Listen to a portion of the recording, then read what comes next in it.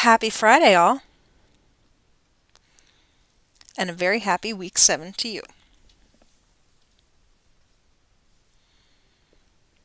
I know people were saying that January felt like a million years long, but does anyone else think that this year is flying? I can't believe we're on week 7.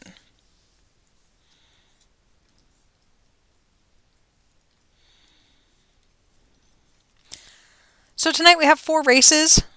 We're in Baltimore, and the track is fast. The first of the races is the $300,000 Baltimore Distaff. We have a field of 8. 300,000 on the line. On the fence is Danny Derby's Portrait in Death. The daughter of Warlike Me's out of a Dave Matthews Band mare, and she is coming off a big Grade 1 win in Arkansas last out. She is seeking her 10th lifetime win and is closing in on that $1 million mark. Number 2, you may remember last week when Yuleen Sarah won just about everything except for the Derby. This filly by Valley of Fire is 7 for 20 lifetime, coming off a Grade 3 win in Tennessee last out. Number 3, Gimme a Beer, which is how some of you might feel after this race results. Whether you win or lose, Poke Buffalo Homebred here by Valley of Fire is 4 for 13 lifetime, won the Sun Devil Distaff 2 back. Number 4, Keeley, Eric Nalbone with the cleverly named daughter of Ted Lasso, has been top 2 in 10 of 17 starts, hasn't won though since a Grade 3 week 14. Number 5, Taste of India Z for Fleas and Humbletonian. Another Valley of Fire here, that's 3 in a row, 4 for 30, but has been top 3 15 times. She was 4th last out. Behind Everlast, actually. Number 6, I Dream of You. Laurel, I Dream of You for sure. Now that's weird. The daughter of Strange the Dreamer is 3 for 12. She was 3rd in the Saudi Distaff last out against some of the best mares in the whole game. Can she hold her own here? Number 7, Terrier for Laura Ferguson. This is a daughter of Quinny, and when I see that Quinny has a 4-year-old, I feel like time is flying. Terrier has won 2 in a row, including that Sun Devil handicap, and last out won the Clearly Best Stakes, both over this 1.16 distance. Rounding out the field is number 8, Shakira. I feel like this is definitely a singing opportunity for me, so we'll see if I can get to do that. Bruce Wayne, the owner of this filly by Napoleon, who's 9 for 14, a $2 million earner. Last year, she won the Louisville Oaks, since then added the Midsummer Oaks, the Pristine Stakes, and the Margarita Stakes. She ran against the boys last out in the Arcadia Million, and she finished 4th, but I think that's a deceptively good 4th, because Battalion came back to win the Desert World Cup. Don Carnage won the 2-mile race, didn't he? I think he did. But I'm going to check so that I don't sound stupid. Yeah, he did. And Robin Hood is running tonight in the Baltimore Special in the very next race. So those are the horses you're losing to. Makes you pretty scary in here. That is your field in the Baltimore Distaff.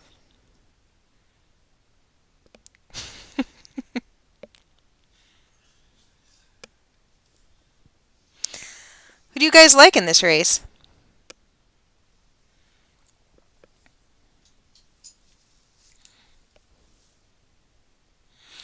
Hello, Nicholas Johnson.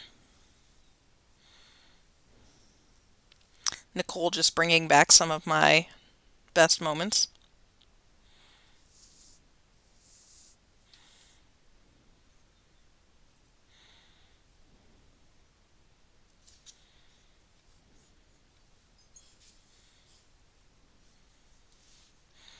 One minute to post. Get your bets in. I am pleased to say that headshots will open in, I think, less than a week, or 1 week at the latest. And I expect them to come flying in.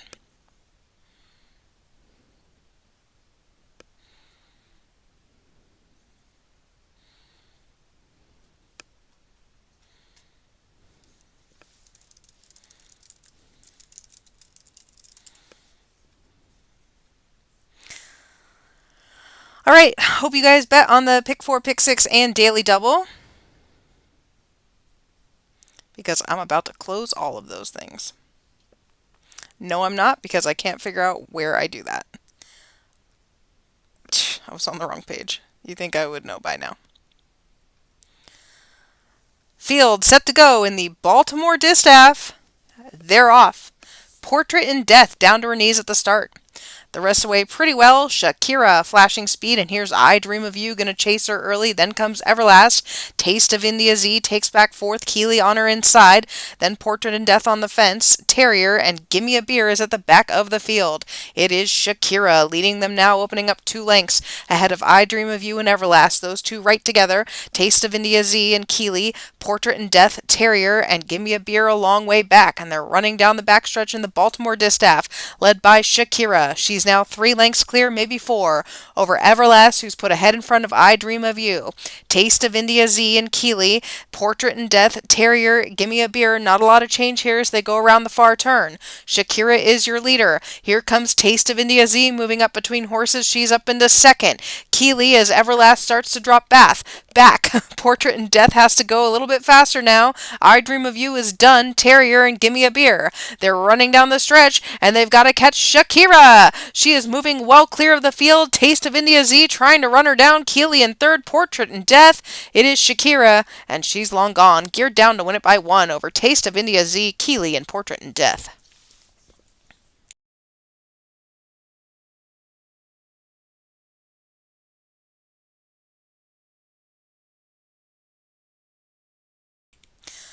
The official winner is Shakira, a 4-year-old chestnut filly by Napoleon out of Forever Hello by American Icon.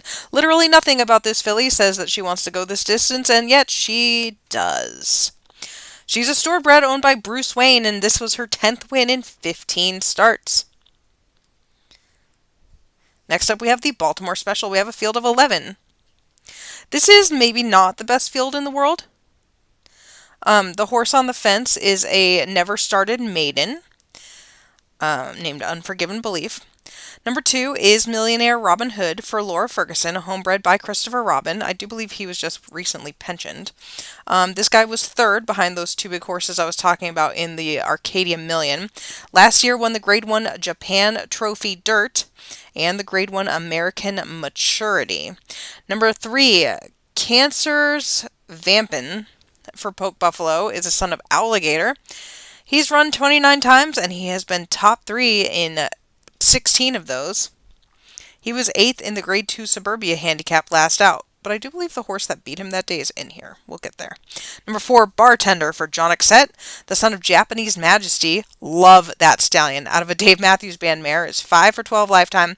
Coming off a really nice allowance win with a 92.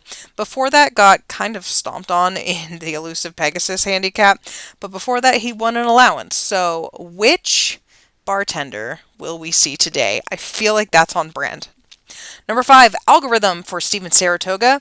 Algorithm is by Alligator and is out of Altitude. So if you're wondering, like me, just how inbred that is, the answer is it's not, because Alligator is from the Sky is Blue line and Altitude is from the I'll Let You Know line, and those 2 lines are not related to each other.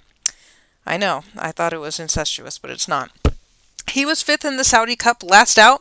Last year, he was kind of awesome. He won the Baltimore Crown 1 year ago today and added the Garden State Invitational. Hasn't won since then, but has been really lightly raced by Saratoga. He didn't even run week 16, so he's a big threat in here today. Number 6, Prowls for Gigi Go Faster, a son of Alligator, who's 2 for 22. He is coming off a non-winners of 2 victory last out. Number 7, Heat Vision for Eric Gray, a homebred by Valley of Fire. 29 starts, 4 wins, 5 seconds, and 6 thirds. See, 4, 5, 6. Love that. Second last out in a Grade 3. Last victory was in Allowance Company, week 15. Number 8, Vengeance Arise. Jack Meyer, homebred by Harvester of Sorrows. I love the dam of this horse, Halls of Eternity. I think she's great. Whoops, I accidentally opened Alligator again. Vengeance Arise has not won since a Grade 3 in Korea 1 year ago, but has been top 3 14 times and is very well bred. Number 9, The Second Coming. Won that Suburbia handicap for Maria Schroeder last out, the son of Valley of Fire. Has won 5 of 12 starts and is a 3-time stakes winner in his last 4. Number 10, Look at Him Go for Nicole Marie. The son of Davy Crockett, there's a name I haven't heard in ages, is coming off a really nice allowance win over 1 1/8 miles. 2 for 13 lifetime. He has not yet broken the 6-figure mark. Can he hit the board today. Rounding out the field, Alley Babe. Do you think it's Alley Baby? BB? Tell me what you think this is. For Steve Hanley, this guy hasn't won in about a year and a half, but he has been top 3 14 times, coming off a third in grade 3. That's your field. Hey, it's post time.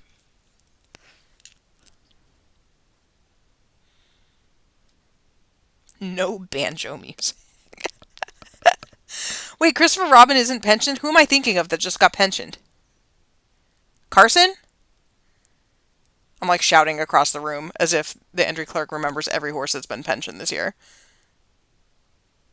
He says he thinks it's Carson. It's not Christopher Robin.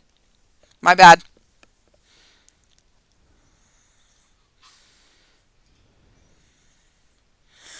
It is post time. What? How did the last race get a ton of money and this race didn't get money? Come on, guys. They're off in the Baltimore Special. The maiden Unforgiven Belief stumbled at the start. Algorithm flashes speed again, and Alibebe from the outside, then Robin Hood, and Vengeance Arise. Heat Vision takes back Bartender alongside Unforgiven Belief, then Prowls, the second coming, look at him go, and Cancer Svampin is at the back of the field. It's Algorithm quickly opening up 3-4 lengths on Alibebe, and then Vengeance Arise. The field is strung out here. Robin Hood is 4th, but 7 lengths off the leader. Unforgiven Belief is 5th. Then comes Heat Vision and Bartender. Those are 3 across the track. Prowls is in 8th. The second coming 9th, look at him go, and Cancer's Vampin is at the back of the field. It is still Algorithm, and he is taking him along at a good clip, and he is rolling away. Alibebe and Vengeance arrive. Here comes Robin Hood making his move. Heat Vision and then Bartender Prowls. Unforgiven Belief is done. The second coming, and look at him go. And they're into the stretch in the Baltimore Special. They've got to catch Algorithm. Vengeance Arise, and Robin Hood is coming on. Heat Vision, Bartender. It's Algorithm, though. Not even going to be close. Algorithm wins this one wrapped up in the lane. Vengeance Arise going to outrun Robin Hood for 3rd. Heat Vision and Bartender. Oh, wait, there's a dead heat for 5th. Oh, apparently the second coming was also 5th. I was like, why are there dashes on this?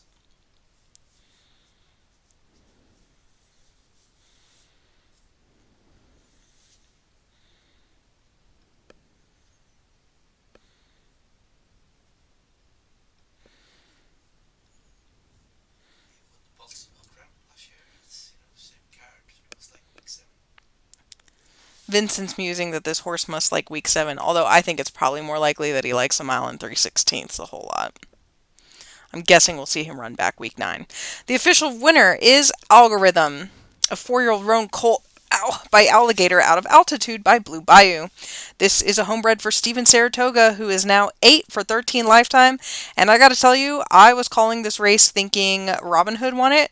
I was previewing this race thinking Robin Hood won it. And as I got to the far turn and my eyes made it all the way to the last column, I realized I was wrong. So, my bad.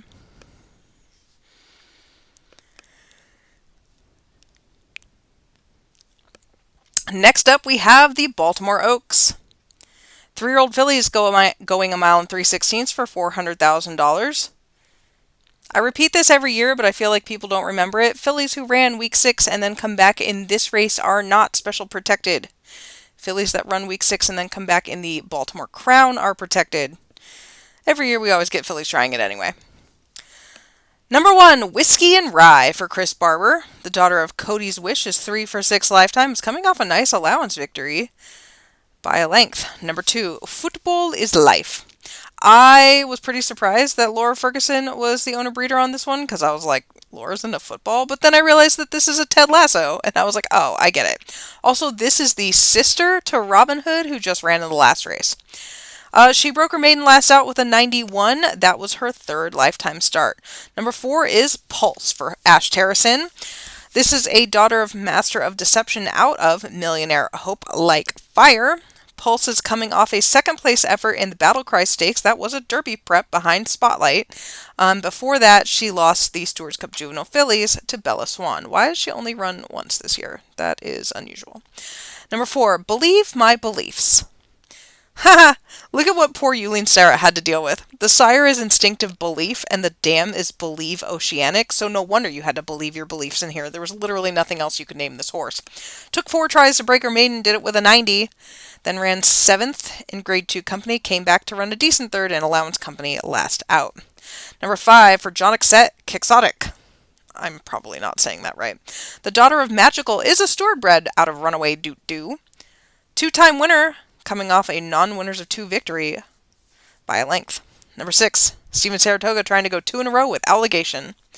The way he keeps coming up with more of these names is pretty much my favorite. I know some people don't like it, but I love it. Allegation broke her maiden in Grade 3 company. Hasn't won since, but has been second in 4 straight races. 3 of those were Grade 1 events. Number 7 is your Juvenile Fillies winner, and this is Bella Swan for Sam Clearwater, coming off a second-place effort in the Louisville Oaks last out. The daughter of Instinctive Belief is 4 for 7 with 3 second-place efforts. She has earned $1.5 million. Number 8, Light Catcher for Durzo Blint. This is the royally bred daughter of Warder out of Muse of Nightmares. 3 for 6 lifetime, coming off 2 straight wins, including a stakes race prep for this. Rounding out the field, number 9, Graveyard Sessions. You always know when it's a Jack Meyer bred. This one's by Harvester of Sorrows out of Souls of the Dark. We're going dark with Graveyard Sessions. 2 for 5 lifetime. That is your field.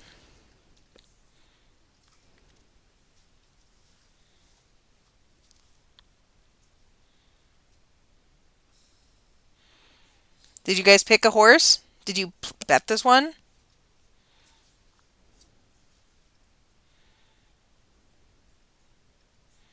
I should have a special contest, which is how many pounds is the dog that's on my foot right now? The answer is heavy.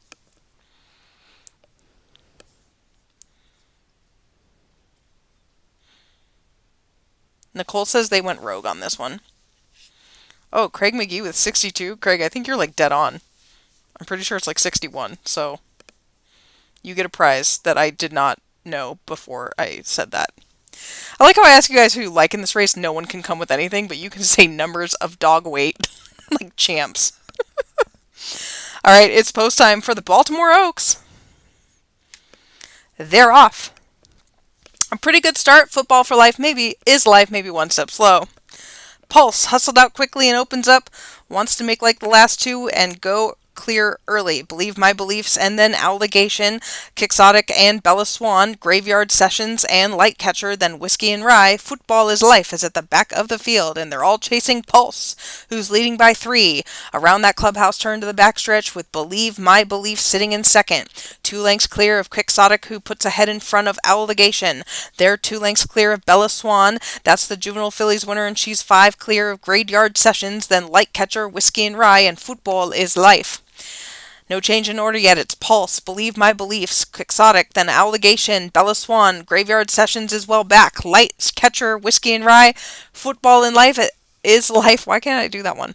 They're rounding the far turn, and it is still Pulse. Quixotic is now up into second as Believe My Beliefs drops back. Here comes Allegation with a run, and Bella Swan is asked for more than Graveyard Sessions, and they're running down the stretch. And it's Pulse, now taken on by Quixotic, and Pulse battles back. Allegation in third, Graveyard Sessions and Bella Swan. It's Pulse and Quixotic, and they're right together, and they're throwing it down, and it's Quixotic who wins it by a neck over Pulse. Allegation right there third, and then Graveyard Sessions was fourth. Seriously, get off my toes.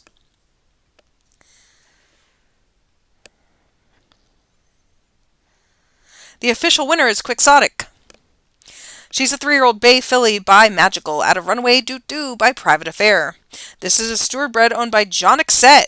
Wow, she only had $43,000 in earnings going into this. What did she? Oh, it is? No way. Entry clerk coming in with the hot info says this is Magical's first stakes winner as a stallion. I would not have guessed that. I kind of love him as a stallion. But he's only had 11 lifetime runners. That's so weird. Well, learn something new every day.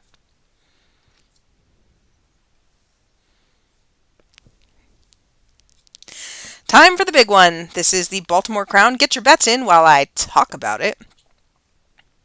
Did you guys like having like Nathan only last week calling races? I thought that was kind of fun.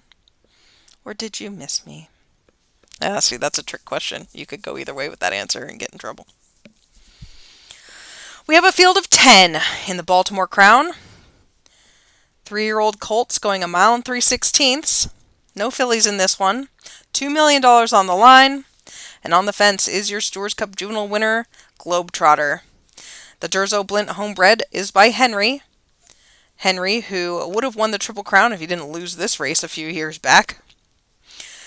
Globetrotter was 5th in the Louisville Derby, but before that won his prep with a 93.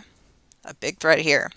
Number 2, so close to winning the Derby, was I'm the Real Deal for Yulene Sarah. The son of War Like Me is out of I'm a Shake It In Your Face. This Grade 1 winner is 4 for 6 lifetime and looking for revenge today.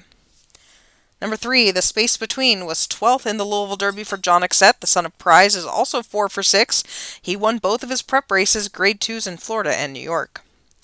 Number 4, for Nicole Marie, is the very well-handled A Million Pharaohs. The son of American Pharaoh is 5 for 6 lifetime. He won a mile and 3/16 prep race for this with a 93.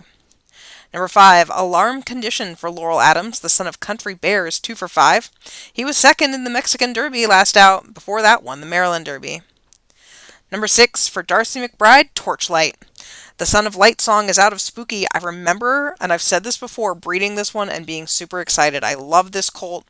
He won his Derby prep, finished 7th on the big day, but he lost the Stewards Cup Juvenile by less than a length. Number 7 is your Derby winner. This is Wearing the Purple for Carolyn Eaton. The son of Duke of Edinburgh is unbeaten in 6 tries. He also won the Grade 1 New Orleans Derby this year. Is he going to win 2 in a row? Number 8, Lightning Crashes for Laura Ferguson, was 3rd in that Louisville Derby. Before that won the Grade 1 New York, New York. Another son of Light Song here. This one's a homebred. He's 4 for 6. Ow. Number 9, Scorpion for Bruce Wayne. The son of Mace is 2 for 6 lifetime, 6 in that Louisville Derby. Before that was 2nd in the New Orleans Derby behind Wearing the Purple, then won the Rising Star Stakes, which is next week in real life. Rounding out the field is Bruce's second horse, and this is Doom and Gloom. Another son of Master of Deception. This one's out of Sleep Beauty. 3 for 5 lifetime. Won the Lexington Racecourse Stakes. And before that, the Truckle Feature Memorial. That's your field. We have 3 minutes to post. Who do you guys like?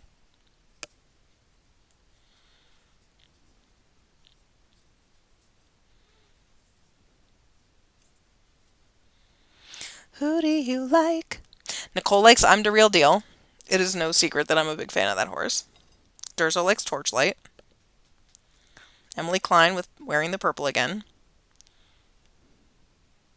Let's just say the most important thing about Wearing the Purple. I strongly feel like his headshot should be purple, because if it's not, it's going to really confuse me. But I'm clear that horses aren't purple. That's a joke. 2 minutes to go. You guys, I have to tell you about some stuff we've been working on. So, we've had to work on some behind-the-scenes stuff. There was the whole Create a Horse system was messing with the Create a Mare counts, and that took forever to fix. The entry clerk has been going through every single week and so carefully adding races that are lacking in divisions, where he'll be like, oh, there's a sprint for fillies on this week, but there's not a sprint for boys, and that's not fair. And then he'll add them in. He works so hard, numerous hours on that. And he's doing that for thoroughbreds, all 4 surfaces this year. And then next year he'll be doing the mixers too. And I'm sure you guys are appreciating that when you're looking for entries.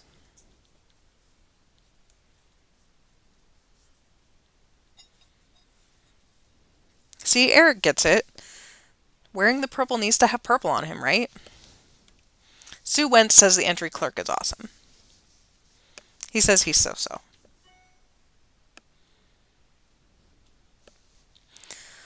One minute to post.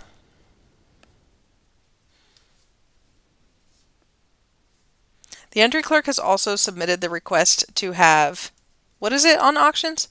What is the thing? Oh, to have horse type on the auctions. The sole reason that we don't have that is because Well, one, because of multi-distance or multi-surface things, I think it's confusing if they're not designated. And two, because stored breads aren't designated either. Or they weren't. I don't know if they are now. Listen to your man. Literally, no. No, they do. Nicole said I had to listen to you, and I said no.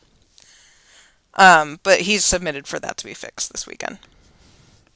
So, enjoy that. It's post time for the Baltimore Crown. 34,400 in the betting pool, and the field of 10 is set to go. They're off. Torchlight. Quickly to the lead, I'm the Real Deal had a bad beginning with a stumble, but is now rushed up to chase him and doom and gloom on the outside. Lightning crashes in the space between, then wearing the purple. Globetrotter on the fence, a million pharaohs. Scorpion in alarm condition is at the back of the field. They're chasing Torchlight early. Torchlight the leader with Doom and Gloom sitting in second. I'm the Real Deal is right alongside third. A length back to Lightning crashes and another length to the space between. The rest are strung out. Wearing the purple is sixth. Globetrotter seventh. Scorpion alongside a million pharaohs. And three back to alarm condition. They're running down the backstretch in the Baltimore Crown, and it's Torchlight leading Doom and Gloom and I'm the Real Deal. Those two right alongside with Lightning crashes breathing down their necks. The space between and wearing the purple, who now gets a little bit closer. Globetrotter after him, Scorpion, a million pharaohs, and alarm condition. They round the far turn in the 69th Baltimore Crown, and we have a new leader. It's I'm the Real Deal who's taken over. Lightning crashes, chases him as Torchlight starts to back out of it. The space between wearing the purple and Globetrotter, the big names are all still involved, and they go swinging into the stretch, and it's I'm the Real Deal. He's gonna have to hold off wearing the purple, who's coming on now. Lightning crashes still right there in Globetrotter. It is I'm the Real Deal. Here's wearing the purple coming to him, and Lightning crashes three across the track. I'm the Real Deal. Wearing the purple surges. Wearing the purple will head into New York with a chance at the Triple Crown. He beat I'm the Real Deal. Lightning crashes third. Globetrotter was fourth. The space between a million pharaohs and Scorpion. Then Torchlight.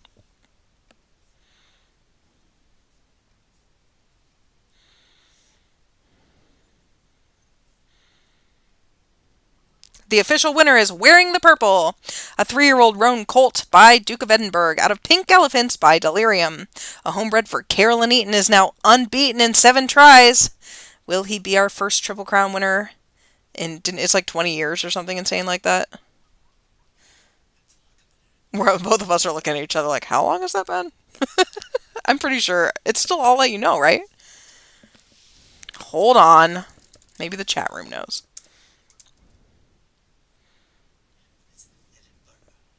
Oh, sorry, I didn't say Edinburgh correctly. I refuse to be British. Year 50. That's a long time ago.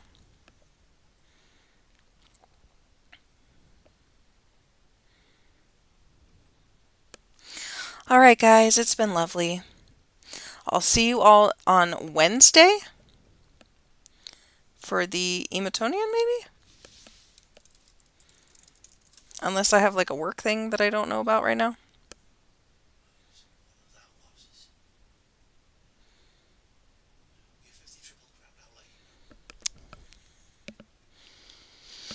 Good night, everybody.